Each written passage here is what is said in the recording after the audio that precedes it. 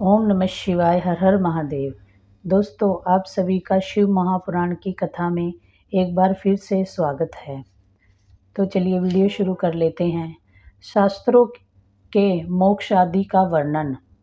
ब्रह्मा जी बोले, एक बार सती जी ने शिव जी को प्रसन्न जान नम्रता पूर्वक पूछा, हे करुणा सागर, मैंने बड़ी भक्ति से आपको प्राप्त किया है।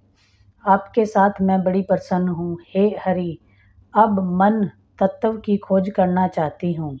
यह जीव संसार में कैसे पार पा सकता है? तब शंकर जी प्रेम पूर्वक कहने लगे, हे महेश्वरी, विज्ञान की परम तत्व ब्राह्मण का स्मरण ही परे से परे है। भक्ति विज्ञान की माता है। भक्ति का विरोध कभी भी विज्ञान को नहीं पा सकता। मैं उसी भक्ति के अधीन हूँ। यह भक्ति दो प्रकार की होती है, सगुण और निर्गुण। इनके भी दो भेद होते हैं। फिर उनके 6 और अनेकों भेद पंडितों ने बताए हैं। श्रवण, कीर्तन, सेवन, दास्यु, अर्चना, वंदना, साक्षात और आत्मसमर्पण सब युगों में भक्ति की विशेषता है। परंतु कलयुग में तो भक्ति विशेष फलदायक है। संसार में जो मेरी भक्ति करता है वह परमोत्तम है और मैं उसकी सदा सहायता करता हूँ। अधिक क्या कहूँ, मैं भक्ति के ही वश में हूँ। इसके साथ ही शिवजी ने इतिहास, कथा, भक्तों का महात्म्य और वर्णाश्रम धर्म आदि वेदों, शास्त्रों और ज्योतिष शास्त्र तथा अन्याय शास्त्रों को सत्व कहा है। इस प्रकार कथा प्रसंग कहते हुए उन्होंने हिमालय पर और दूसरे स्थानों में विहार किया।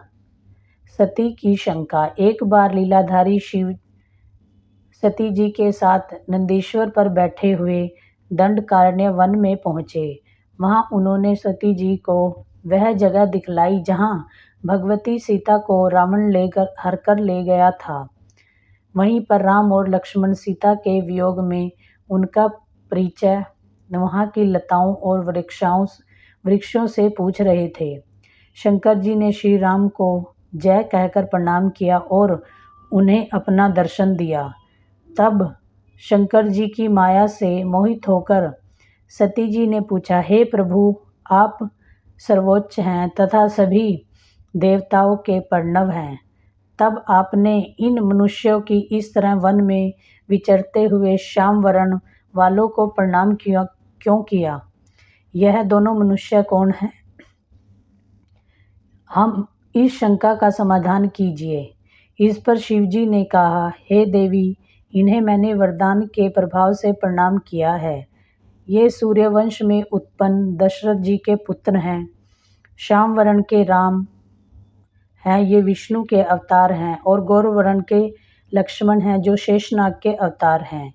ये पृथ्वी पर साधु जनों की रक्षा तथा कल्याण के लिए उत्पन्न हुए हैं। इतना कहकर भगवान शंकर मौन हो गए, परंतु सती जी का संदेह अभी भी दूर नहीं हुआ। तब सती के शंका को देखकर शिवजी बोले, हे देवी, यदि तुम्हारे मन में अधिक शंका है तो मैं यहाँ पर वृक्ष के नीचे बैठकर आपकी बाट देखूंगा। आप जैसे चाहे उनकी परीक्षा लेकर अपना संदेह दूर कर सकती हो। तब सती ने विचार किया कि मैं किस प्रकार इनकी परीक्षा लूं। उन्होंने सोचा कि मैं सीता जी का रूप धारण कर राम जी के पास जाऊं। यदि राम साक्षात विष्णु के अवतार हैं तो मुझे पहचान लेंगे, अन्यथा तो नहीं।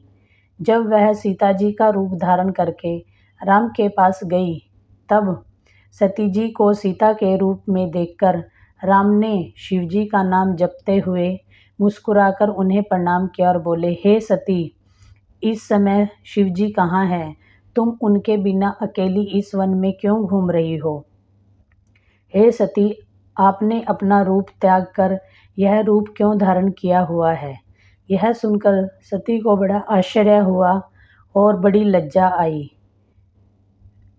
तब उन्होंने शिवजी के वचनों का स्मरण किया और विष्णु समझकर राम से बोली, हे राम, मैंने तुम्हारी प्रभुता देख ली, परंतु आप मुझे बतलाइए कि शिवजी ने आपको प्रणाम क्यों किया। मेरे इस संदेह को दूर कीजिए। शिवजी का सती से वियोग।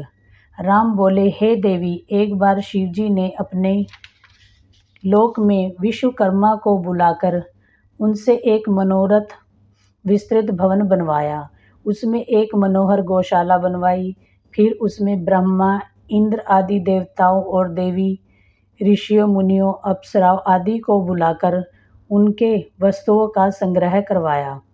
नागों को की 16 कन्याओं ने मंगलाचार किया। संगीतज्ञों ने वीणा मृदादि बजाकर गाना शुरू किया। राज्य अभिषेक की तैयारी करके उत्तम मुहूर्त में भक्ति पूर्वक दिव्य सिंहासन पर विष्णु जी को बिठाकर अभिषेक किया गया।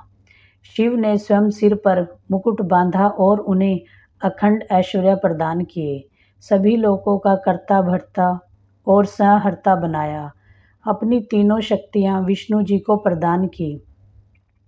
त्रिभुवन में स्वतंत्र और अनेकों लीलाओं को करने वाला कहा। सारी माया दी। अनेकों अवतार लेकर संसार का पालक बनाया। अपने लोक में गोलोक नामक स्थान दिया।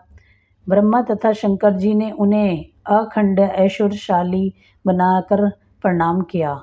उस समय भगवान विष्णु गोप वंश धारण करके गोप गोपियों और गो के स्वामी बने। इस प्रकार अखंड ऐश्वर्य प्रदान कर शिव कैलाश पर चले गए। उस समय विष्णु ने शिव की आज्ञा से ही यह मनुष्य का अवतार 4 रूपों में लिया। पहले में राम, 3 में भरत, लक्ष्मण और शत्रुघ्न। हे देवी, अब मैं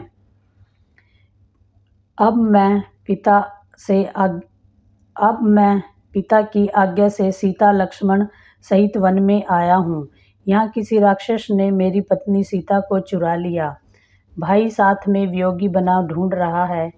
हे माता, आपका दर्शन पाकर मेरा कल्याण हुआ। इस प्रकार राम जी सती को प्रणाम करके वन में विचरने लगे। सती ने उन्हें शिव भक्त जान उनकी बड़ी प्रशंसा करने लगी। फिर अपने किए गए पश्चाताप करती हुई शिवजी के पास लौटी और शिवजी से पूछने पर सती जी ने सिर झुका लिया और कहा कि कुछ भी परीक्षा नहीं ली, परंतु महायोगी शिव ने ध्यान से सब कुछ जान लिया। दुखपूर्वक सती को मन से त्याग दिया, परंतु उनसे कुछ नहीं कहा। आकाशवाणी ने उनकी प्रशंसा की कि आप धन्य हैं। तीनों लोक में ऐसा प्रण पालक कोई भी नहीं है। इसे सुनकर सती ने उनका प्रण पूछा, परंतु शिवजी ने उन्हें कुछ भी नहीं बताया। परंतु जगत माता सती सब कुछ जानकर बहुत दुखी हुई। इसके बाद शंकर जी कैलाश पर जाकर समाधिस्थ हो गए। परंतु बहुत समय के बाद शिवजी समाधि से जागे। तब सती ने उन्हें प्रणाम किया और शिवजी ने आसन देकर आदरपूर्वक बिठाया। फिर बहुत सी कथाएं कहकर सती को विमुक्त किया तथा पूर्ववत सती के मन में दुख हो गया, परंतु शिवजी की पूर्व प्रतिज्ञा अभी भी भंग नहीं हुई। दोस्तों, तो ये था आज का शिव महापुराण का अध्याय। अगर आपको यह अध्याय अच्छा लगा तो वीडियो को लाइक करें और चैनल पर नए हैं तो चैनल को सब्सक्राइब करके नोटिफिकेशन को ऑन कर लीजिए, ताकि जब भी मैं कोई वीडियो अपलोड करूं तो उसका नोटिफिकेशन आपको सबसे पहले मिल जाए। वीडियो में अंत तक बने रहने के लिए आप सभी का बहुत बहुत धन्यवाद। ओम नमः शिवाय। हर हर महादेव। श्री शिवाय नमस्तुभ्यम। श्री शिवाय नमस्तुभ्यम।